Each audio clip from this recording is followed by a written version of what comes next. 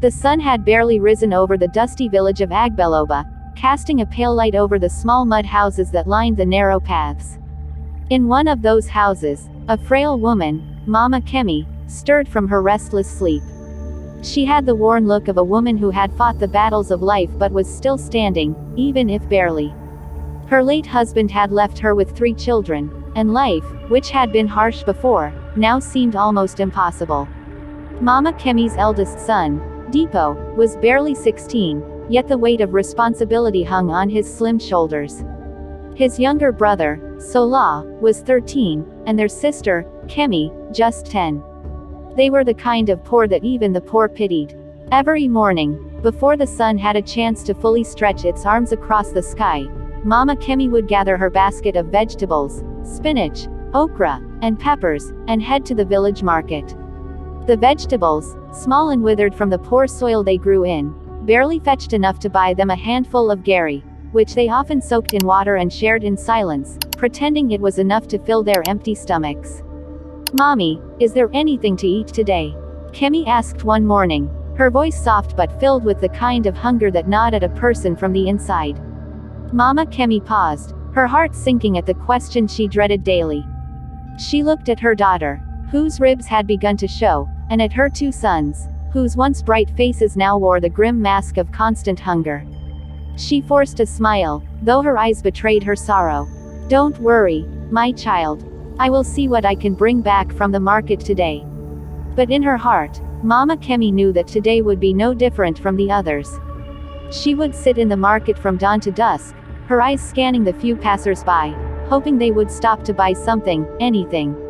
More often than not, they didn't. She was invisible to them, just another poor trader among many. The village had turned its back on them after her husband died. People said she was cursed. How could a family be so unlucky? Even the village elders, who were known for their compassion, whispered behind her back.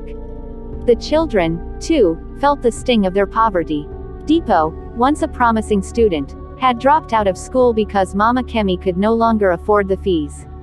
He worked odd jobs now, helping farmers during the planting season, though they barely paid him enough to make a difference. "I don't know how much longer we can do this," Dipo said one evening after they had shared their meager meal of soaked gari and palm oil. "Maybe we should move to the city. They say there are jobs there." Mama Kemi sighed deeply. The city. The thought terrified her. How could they survive there when they could barely manage in the village? But she could see the desperation in her son's eyes. He was no longer a child. He had become the man of the house far too soon. "We will manage, my son," she said softly, though the words felt hollow in her mouth.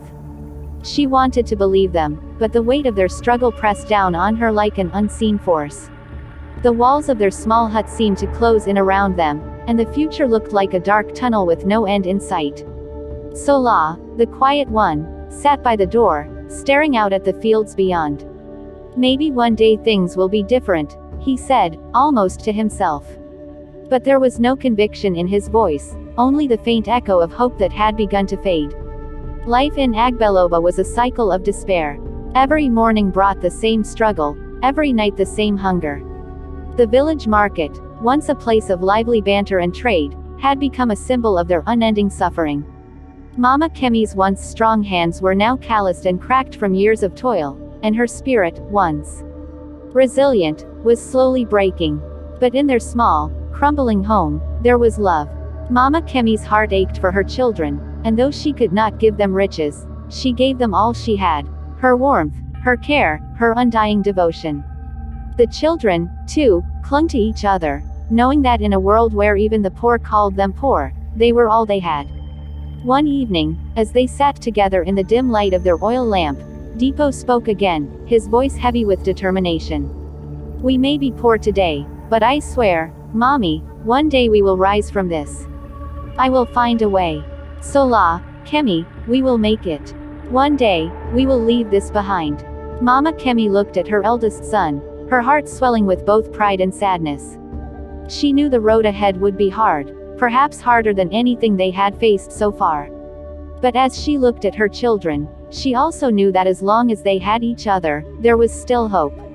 It was faint, like a flicker of light in the darkest night, but it was there. And so, they continued to live, day by day, meal by meal, hope by hope, with the future uncertain but their love unbreakable. 15 years later, the world had not been kind to Mama Kemi and her children. Though they had grown, the weight of poverty still pressed down on them, as if the walls of their small, dilapidated home were made of misery itself. Dipo had left the village, moving to the city in search of work, but the little money he sent home wasn't enough to change their circumstances. Sola, who had stayed behind, worked long hours in the fields, his back bent under the burden of trying to keep the family afloat. And Kemi, now a young woman, spent her days helping her mother in the market, her face reflecting the same tired resignation Mama Kemi had carried for years.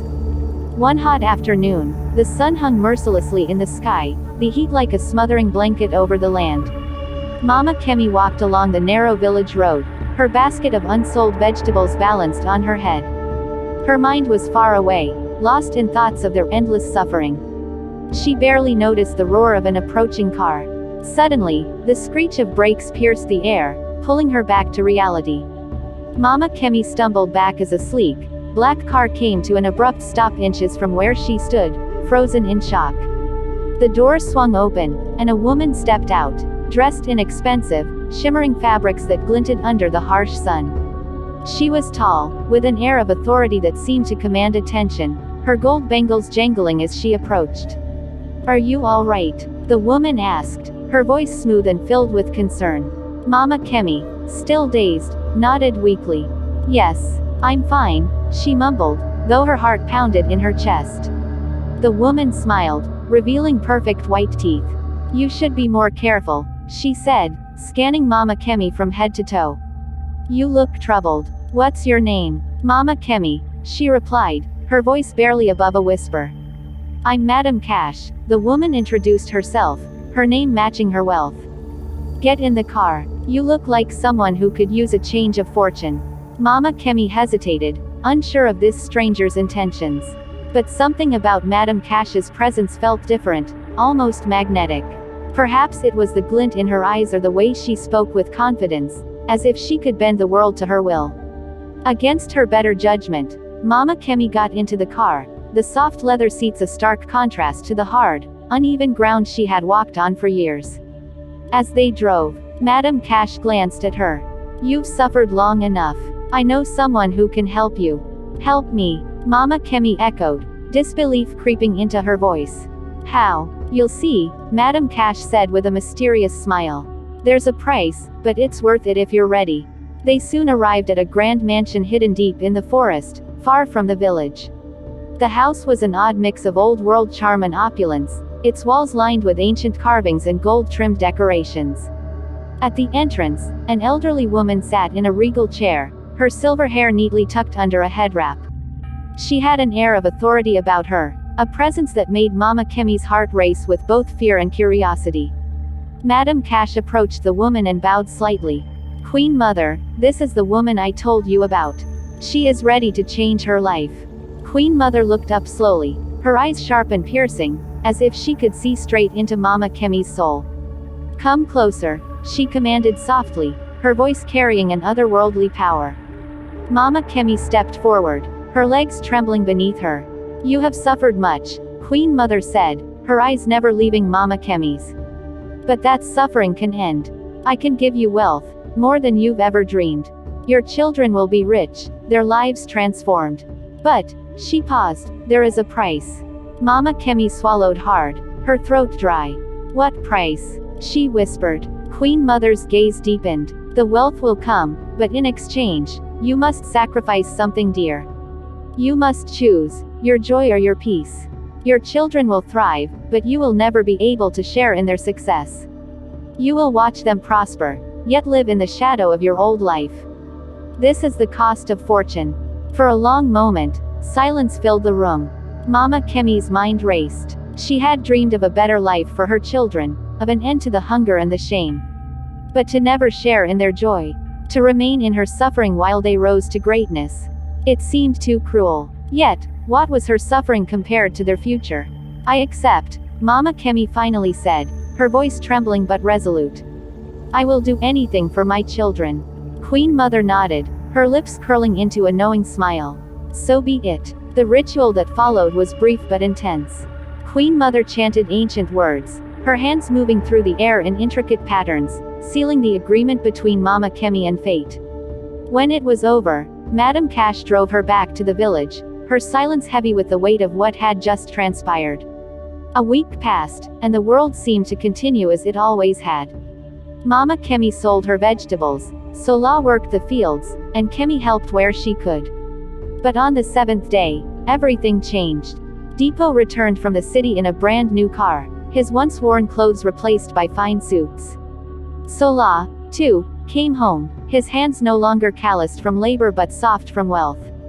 The boys, now rich beyond imagination, had become wealthy almost overnight, their businesses flourishing in ways they could never have dreamed. Mama, we have come to take you with us, Dipo said, his eyes filled with pride as he stood before her. We have bought a mansion in the city. You will never have to suffer again. But Mama Kemi shook her head, a sad smile tugging at her lips. No, my son, she said softly. I will stay here, in this house. Why, Mama? Sola asked, confused. This house is falling apart. You don't have to live like this anymore. But Mama Kemi knew. She could not leave, not after the price she had paid. She could watch her sons thrive, but the joy of living in their success was something she could never touch. I am happy here, she lied, her heart heavy with the weight of her sacrifice. And so, as her children soared to heights she had only dreamed of, Mama Kemi remained in her old, crumbling home, content with the knowledge that their lives had changed, even if hers had not. Dipo and Sola were baffled by their mother's refusal to accept their newfound wealth. They had tried everything, offered her cash, pleaded with her to leave the crumbling house, but Mama Kemi remained firm in her decision. She rejected the money they handed her, tucking it away in a small corner of her house, untouched. The siblings had expected their mother to be overjoyed, to leap at the chance to finally leave behind a life of hardship. But instead, she seemed even more withdrawn, her sadness deepening each day. They became confused and frustrated, wondering if they had done something wrong. How could their mother prefer to stay in that old, decaying house when they had the means to give her everything she deserved? Despite their confusion, they continued to visit her regularly, always hoping she might change her mind. They tried reasoning with her, bringing gifts, even sending people from the village to talk to her, but nothing worked. And then, the news came that shook them both to their core. One morning, while sitting in his luxurious office, Dipo received a call from a distant relative still living in the village. You need to come home, the relative said, her voice hesitant. Your mother, she's been seen begging by the roadside. Dipo couldn't believe it. Begging? He asked, thinking he had misheard. That's impossible. It's true. She's been sitting outside the market, asking for alms. It's becoming the talk of the village. Dipo's hands trembled as he ended the call. He quickly rang Sola, who was just as shocked when he heard the news. Within hours, they were on their way back to the village, their hearts heavy with disbelief. How could this be? How could their mother, who had always been too proud to even accept a handout, now sit by the roadside, asking for money? When they arrived at the village, the sight that greeted them was both heartbreaking and confusing. There, by the side of the dusty road leading to the market, sat Mama Kemi. Her once strong figure now looked frail, her face weary from years of suffering. A small bowl sat in front of her, filled with coins from passers-by. The sight was unbearable. Mama! Dipo cried as he rushed toward her, his voice thick with emotion. Sola followed close behind, his face tight with concern. What are you doing here, Mama? Why are you begging? Mama Kemi looked up at them, her eyes filled with sadness but also a strange, calm resolve. I am doing what I must, she said quietly, turning her gaze back to the ground. But we have money, Mama, Sola said, kneeling in front of her. We can give you everything you need. You don't have to live like this anymore. Why are you doing this? Have we offended you in some way? Tears brimmed in Dipo's eyes as he spoke. Tell us, Mama, what have we done to deserve this? Why won't you let us take care of you? For a moment, Mama Kemi remained silent, her fingers tracing the edge of the bowl. The weight of her sacrifice lay heavy in her heart.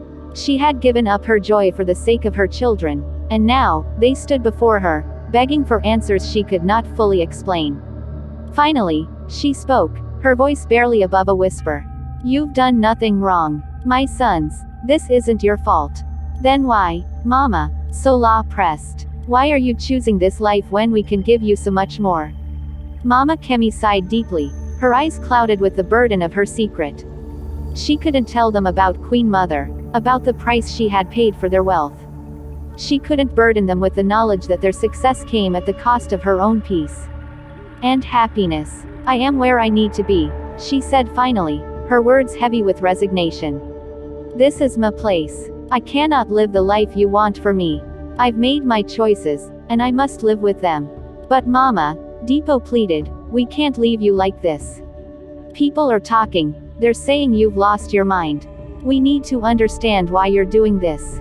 Please, tell us." "I am not mad," Mama Kemi said softly, her voice steady despite the pain that laced her words. "I've never been more clear in my life." The boys were at a loss. They couldn't understand their mother's strange behavior. No matter how much they begged, Mama Kemi remained firm, her refusal to leave her roadside spot only deepening the mystery. "We won't go back to the city until you tell us the truth," Sola declared, his voice full of determination. "Yes, Mama," Dipo added, nodding in agreement. "We won't leave you here like this. Not until you tell us what's really going on." Mama Kemi's heart clenched at their words. She had never meant to hurt them. She had only wanted to save them from the curse of poverty. But the price was hers alone to bear. Still, she could see that her sons were suffering, that they would not stop until they had their answers. She looked up at them, her face etched with sorrow. "I will tell you everything," she whispered, her voice shaking. "But not yet. There are things you do not yet understand." Dipo and Sola were distraught after their mother's refusal to explain herself. They couldn't shake the image of her sitting by the roadside, begging for alms. Desperate, they called their sister, Kemi, who lived in another city, and told her everything. "Kemi, you need to come home," Dipo said over the phone, his voice filled with urgency. She's begging on the streets. We don't understand what's happening. We've tried everything, but she won't leave or tell us what's going on." Kemi couldn't believe what she was hearing. Their mother, the strong, proud woman who had raised them through hardship, was now a roadside beggar. It didn't make sense. Without hesitation, Kemi packed her bags and headed back to the village. When she arrived, the three siblings stood together in front of their mother, who remained silent, her eyes averted. They had all gathered in the small, dilapidated house they grew up in, refusing to leave until Mama Kemi told them the truth. "Mama," Kemi began, kneeling beside her mother, "what have we done? Why are you punishing yourself like this? Please tell us. We won't leave until we understand." Sola and Dipo nodded in agreement, their faces tense with worry. "We love you, Mama," Dipo said. "We just want to know the truth." The pressure from her children became too much for Mama Kemi. She could no longer hold back the pain and the burden she had carried alone for so long. Tears began to well up in her eyes, and soon, she was crying uncontrollably, her sobs echoing through the small room. "I did it for you," Mama Kemi finally choked out, her voice thick with emotion. "I did it to end your suffering, to give you the life you deserved." Her children were stunned. They exchanged confused glances before Kemi gently asked, "What do you mean, Mama? What did you do?" Still sobbing, Mama Kemi began to recount the events that had unfolded. She told them about the day she had met Madame Cash, the near accident, and how that encounter had led her to Queen Mother. She explained how Queen Mother had promised her unimaginable wealth for her children, but at a great price, her happiness, her peace, her very soul. She had accepted the deal, willing to sacrifice anything for her children to have a better life. "I didn't care about the price," Mama Kemi said, tears streaming down her face. "I only cared about you. I wanted you to have what I never could. But this wealth, it comes with a curse. I can't live in peace. I can't enjoy it. That is why I am suffering while you thrive." Her children were speechless. They had always wondered how their sudden fortune had come to be, but they had never imagined it was tied to such a dark secret. The room fell into a stunned silence as the reality of their mother's sacrifice sank in. "Mama," Sola said softly, kneeling beside her, "if this is what you had to endure for our wealth, we don't want it. We can't live like this, knowing you're suffering because of us." Dipo and Kemi nodded in agreement. "We don't need the money, Mama," Dipo said firmly. "We can go back to our old lives. We'll be happy if you're happy." But Mama Kemi shook her head, pleading with them. "No, my children. You must keep the wealth. I don't mind suffering as long as you live well." Kemi, determined, took her mother's hands in hers. "We won't let you continue like this, Mama. You've sacrificed enough for us. We're going to make this right." Sola, Dipo, and Kemi stood their ground, refusing to leave until their mother accepted their decision. They insisted that she eat the food they had brought, which was prepared with money from their wealth. Despite her initial resistance, they forced her to take a bite, knowing that it would break whatever spell had been cast upon her. That night, they all sat together, sharing a simple meal for the first time in what felt like an eternity. The air was filled with tension, but also a sense of resolution. Mama Kemi ate reluctantly, her heart heavy with fear for what might happen next. The following day, everything changed. Dipo woke up to a flurry of phone calls. His accounts were frozen, his business deals had collapsed overnight. Sola experienced the same, his once thriving investments crumbled to dust. Kemi, too, lost her job, the company where she worked suddenly shutting down. Within hours, everything they had built was gone, as if it had never existed. The three siblings returned to the village in a daze, their minds reeling from the sudden turn of events. They had gone from unimaginable wealth back to the same poverty they had known before.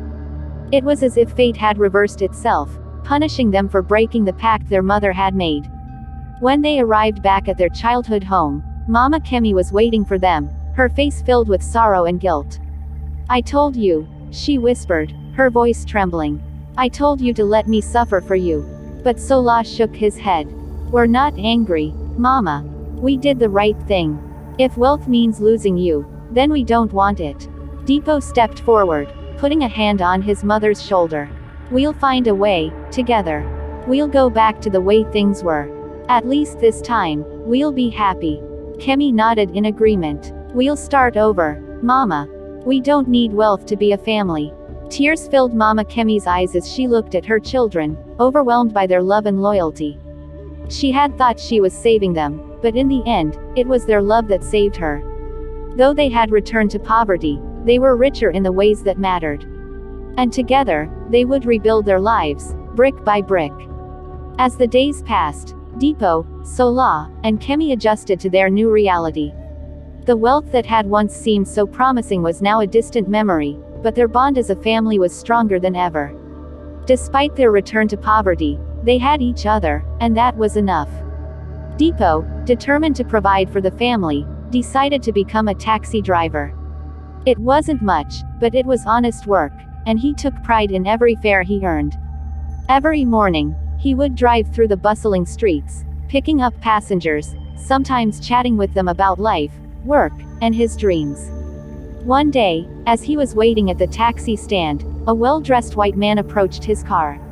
The man was clearly a foreigner, looking lost in the maze of the city streets. "Excuse me," the man said with a thick accent, "I need a ride. Can you take me to the embassy?" Dipo nodded and welcomed the man into his car. As they drove, they struck up a conversation. The white man introduced himself as Mr. Scott, an investor who had come to Africa to explore business opportunities. He was fascinated by Dipo's humble nature and his deep knowledge of the city. "I've been here for a while, Mr. Scott said, but I've never met someone who seems so grounded and hardworking like you, Dipo." Dipo smiled, but kept quiet about his struggles. He didn't want to burden a stranger with his family's troubles. But as the conversation continued, Mr. Scott began asking more questions about Dipo's life, his background, and what he had planned for the future. "I'm just trying to make ends meet," Dipo said. "Life hasn't been easy, but I'm doing the best I can." By the time they reached the embassy, Mr. Scott was deeply impressed with Dipo's honesty and determination. Before stepping out of the car, Mr. Scott handed Dipo his business card. "You know, Dipo," he said with a warm smile, "I've been looking for someone local to help me with a project I'm working on. I think you'd be a perfect fit. If you're interested, give me a call." Dipo stared at the card in disbelief. Was this real? Could this be the break he had been waiting for? He thanked Mr. Scott, still unsure whether to believe it. But after thinking it over that night, he decided to call the next day. What happened next was nothing short of a miracle. Mr. Scott offered Dipo a job as his personal assistant, helping him navigate the local business scene and manage his operations. It wasn't long before Dipo's hard work and dedication paid off. Mr. Scott introduced him to influential business people, and within a year, Dipo had become a trusted partner in several of Mr. Scott's ventures. Word of Dipo's success spread, and soon, Sola and Kemi also found themselves benefiting from their brother's newfound connections. Sola, who had always had a knack for building things, started his own construction company with Mr. Scott's backing. Kemi, with her passion for education, opened a successful school in the village, offering children the opportunities she and her brothers never had growing up. And as for Mama Kemi, her life changed too. Her children, now successful, ensured that she no longer had to suffer or struggle. They bought her a beautiful home in the village, one that reminded her of the dreams she had long ago when life seemed so bleak. But the greatest gift they gave her wasn't the house, or the money, it was the peace of knowing that her children were thriving. Even though they were now wealthy, Dipo, Sola, and Kemi never forgot where they came from. They remained humble, always remembering the sacrifices their mother had made and the lessons they had learned from their brief taste of ill-gotten wealth. In the end, they lived happily ever after, their family united by love, loyalty, and the lessons of their past. Together, they built a life that was rich, not just in money, but in the things that truly mattered. And Mama Kemi, at last, could rest easy, knowing her children were not only wealthy in fortune but in heart. Moral lessons from the story are: 1. Family unity and support are crucial in times of hardship. The children stood by their mother, refusing to leave her side until they understood the reason for her suffering. They also encouraged one another when they lost their wealth. This highlights the importance of family support during trials. 2. Ill-gotten treasures have no lasting value, but righteousness delivers from death. Proverbs 10:2, 4. Sacrifice and selflessness are hallmarks of a loving parent. Mama Kemi's willingness to sacrifice her own well-being for the sake of her children's future is a reflection of parental love and selflessness. Her actions, though flawed in their execution, were driven by love for her children. Thanks for watching. See you in my next story. Bye.